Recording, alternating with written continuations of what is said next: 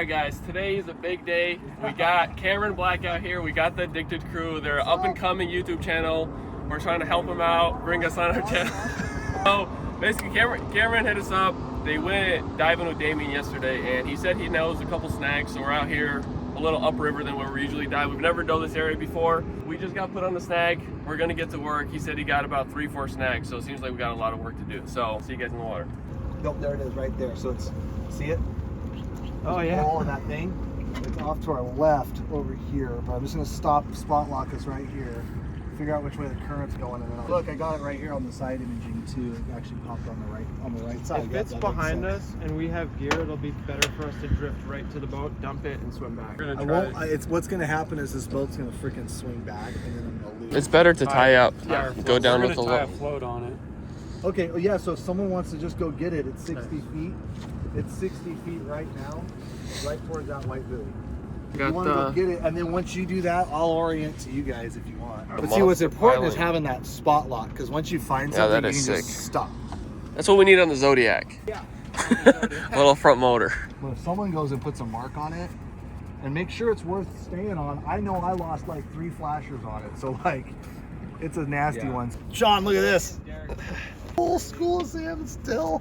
I'm starting to drift away. I bet I could get you a little closer. Let me work on that, because see this bank of trees on the left here? It's almost towards that the left side of these banks of trees here. So yeah, you should be good.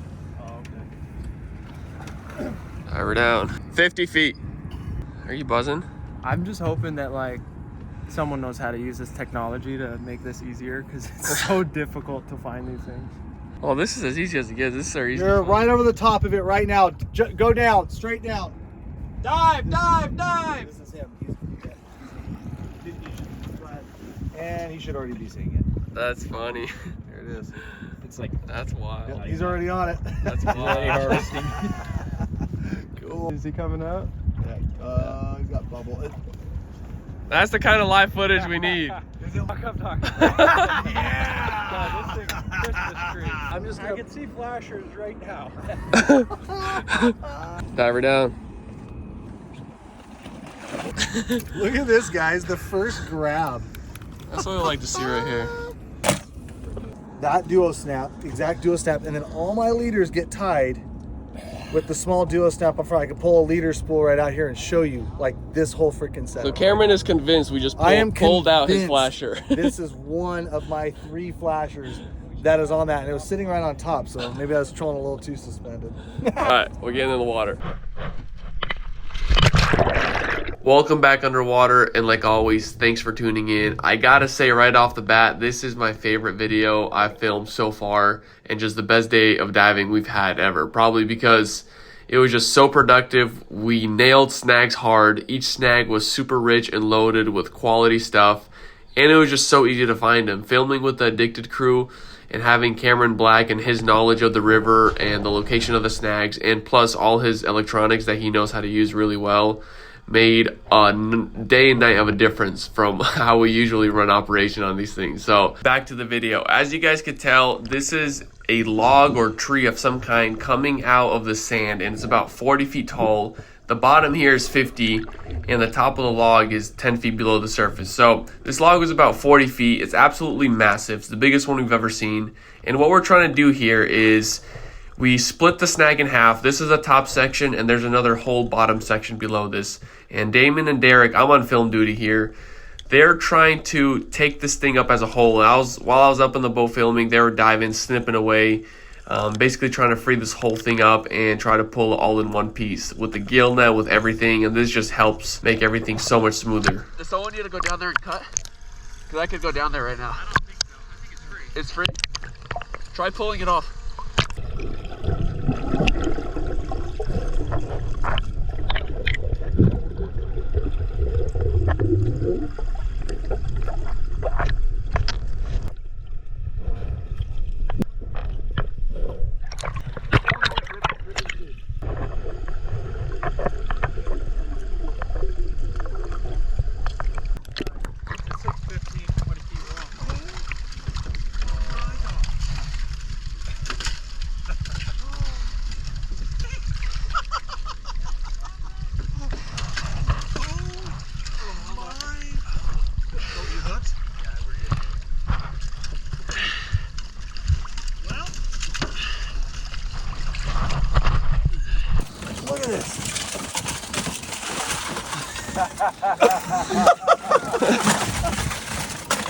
What is that?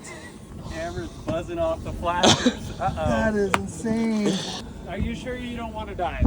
No, I'm not diving. I'm not. There's a lot more work to do down there. There is. So now that we have that top half taken care of, it's time to go a little deeper and work the lower section of the snag. And what we're basically doing is taking turns dropping and cutting what looks to be the more critical lines that are holding this whole thing together. We don't want to go down there and just start going gun-ho crazy and cutting any line we see. We try to be pretty strategic about it. We'll go around, we'll snip the lines that look important and that look like they're holding up the majority of the weight. And we'll do this for a couple drops depending on how big the snag is. This one isn't as big as the first one, but it's still a good size. So we'll go down, we'll take turns, we'll cut, like I said, the more important lines. And once we feel like this thing's getting pretty freed up, we'll leave the more important lines up top holding this whole thing together, take everything else off. And once we feel like this thing's ready to go, we'll go down, either two or all three of us, cut the most important line that's holding everything together, and then just bring this whole thing up to the surface. I think that middle section's ready to be pulled. Yeah, we all agree. Yeah, let's go down together.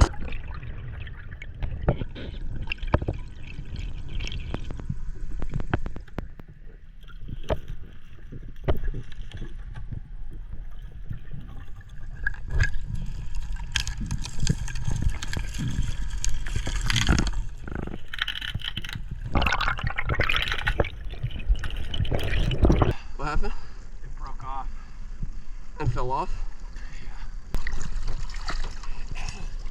So as the boys were pulling that last snag up, it basically ripped from the top. So they only got 2-3 flashers in their hand, and the whole bottom just left and sank. And here I'm going down to the bottom of the tree hoping maybe it's still attached somewhere, but I go down and it's nowhere to be seen. So I was like, man, that is a bummer. But these snags are typically so heavy because they have so much cannonballs and stuff on them that this thing didn't go far. It sank right under the log, and Derek was able to retrieve it the next dive.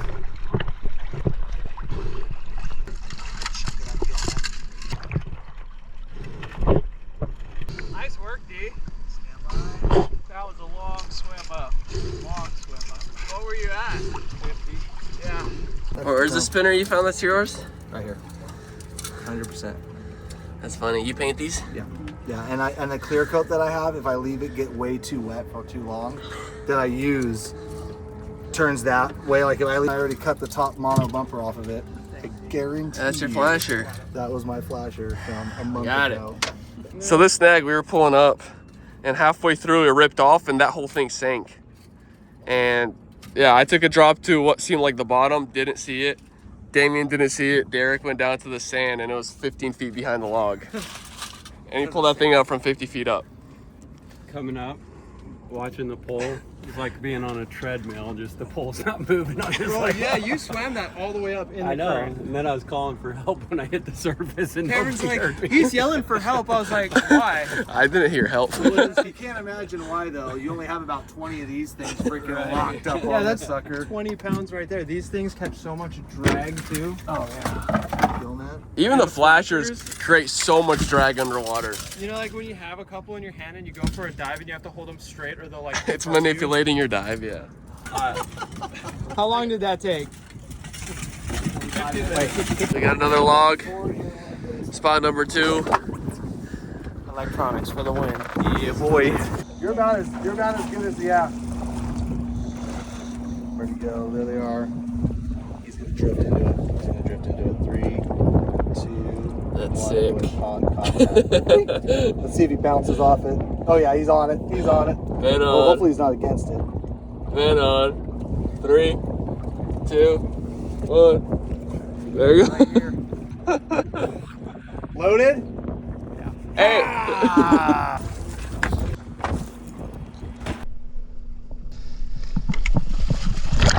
So I don't know if you guys are noticing a reoccurring trend with these snags, but if you've been watching my videos, you'll notice that a lot of snags are caused not by the log, not by whatever snag's on, but it's caused by gill net trapped on whatever it is, whether that's a log, a stump, a piling. And really, to take anything from all these videos, is these gill nets are lethal. If they get stuck on anything, they're taking all your gear. Hey, if the three of us go down right now, we could pull that whole gill net up. And I say this confidently because we've cleared logs like this out before, where we'll take everything off it, not leave any fishing line, gill net, nothing on, and we'll come back 6 months later and that thing will still not have a single flasher on it. It's squeaky clean because a log in itself is not that snaggy, but you put some rope on it, you put some gill net or whatever, forget it. You're losing all your gear if any part of your trolling setup gets stuck in it. Hey, do you want to pull this rope in?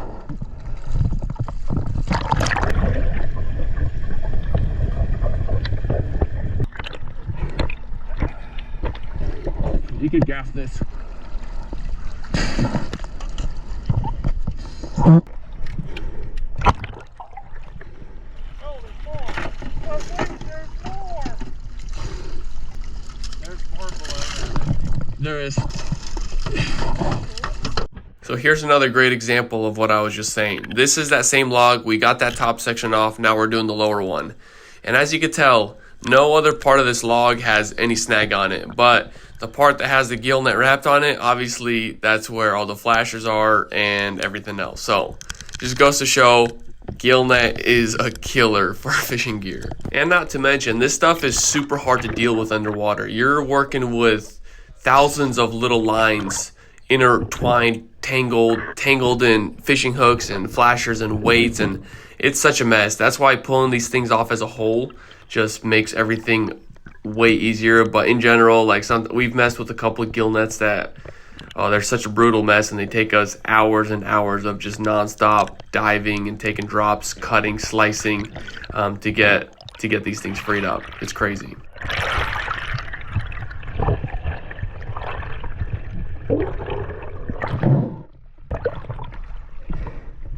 Hey, pull us in.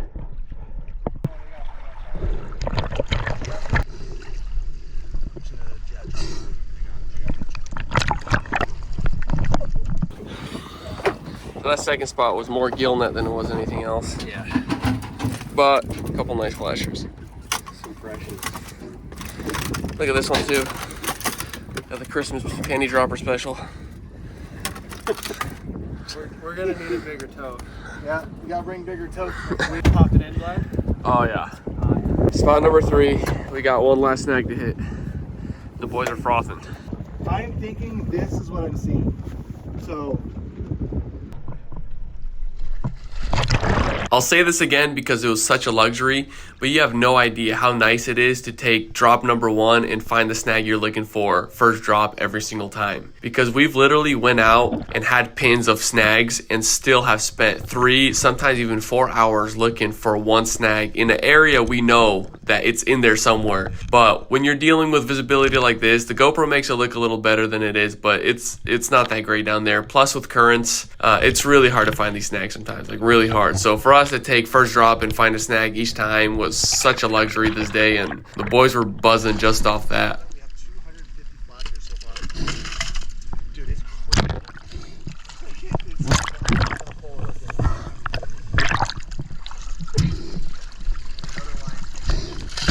This root ball snag, as you can tell, it's not that big, but it's lethal. This thing is very well decorated, and we come across root ball snags pretty often.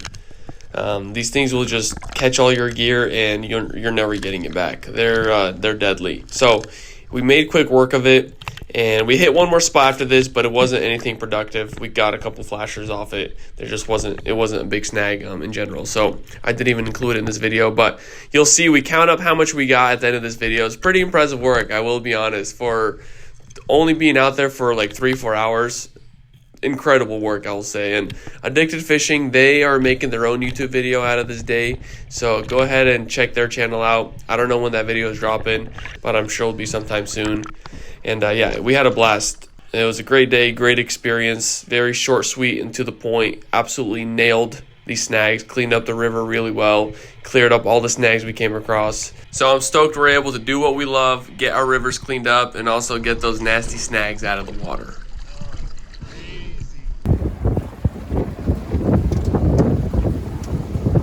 Big body tote.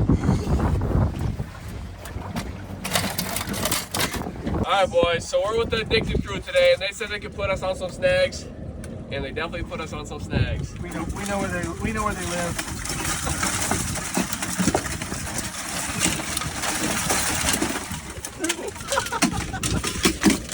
It's raining flashes over here.